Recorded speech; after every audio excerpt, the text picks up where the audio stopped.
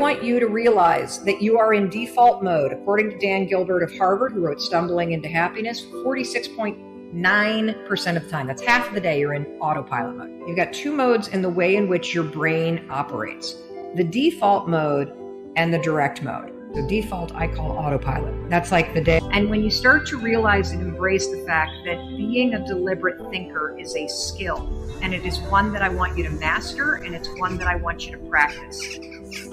Doing a mindset reset, it becomes your default mode of thinking. Your default mode of thinking.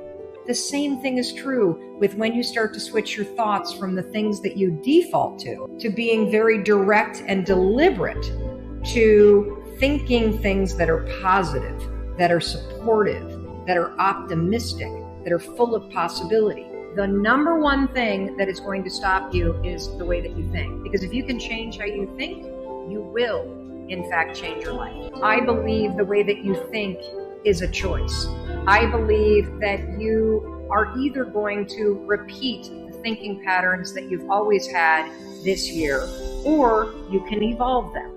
Because when you change how you think, you will change your life. We are trying to teach you how to become a more deliberate thinker. Here's what you're going to do in order to identify the cost. And now that you've seen it, I want you to realize for the rest of your life, you have a job. And your job is to make sure that when that default network kicks back up and you start to murmur that you're too old, you're not smart enough, you're not good enough. But the point is that if you don't get deliberate, you will be stuck with the default mode of thinking.